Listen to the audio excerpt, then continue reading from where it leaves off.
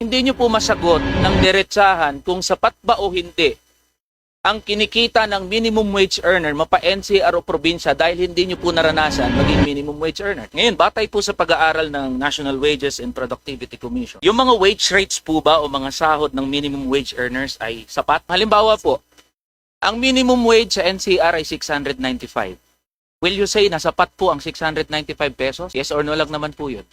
For my personal use, it is not sapat because I have family at scholars na binibigyan. Pero meron din po sa ibang pamilya na sapat iyon.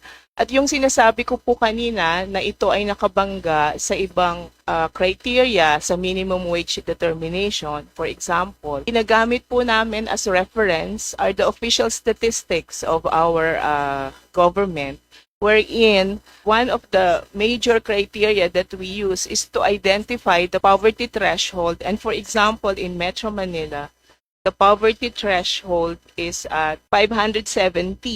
Para naman po halimbawa sa Calabarzon na kumikita ng 560 pesos, tingin niyo po sapat to? Sa Calabarzon po, ang poverty threshold, 508 pesos. Yung sa Region 3 halimbawa, 550 pesos, sapat po ba tingin niyo?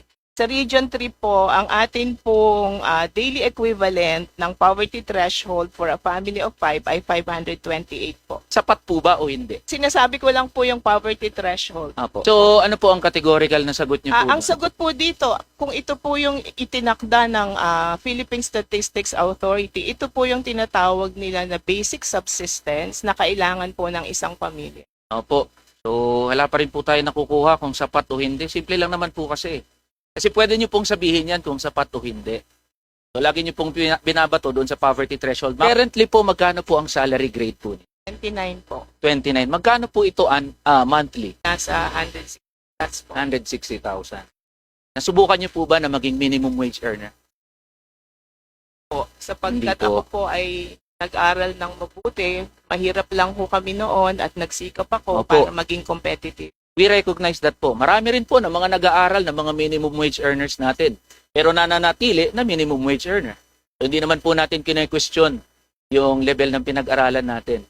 Ang tinatanong ko po dito, hindi nyo po masagot ng diretsahan kung sapat ba o hindi ang kinikita ng minimum wage earner mapa NCR o probinsya dahil hindi nyo po naranasan maging minimum wage earner.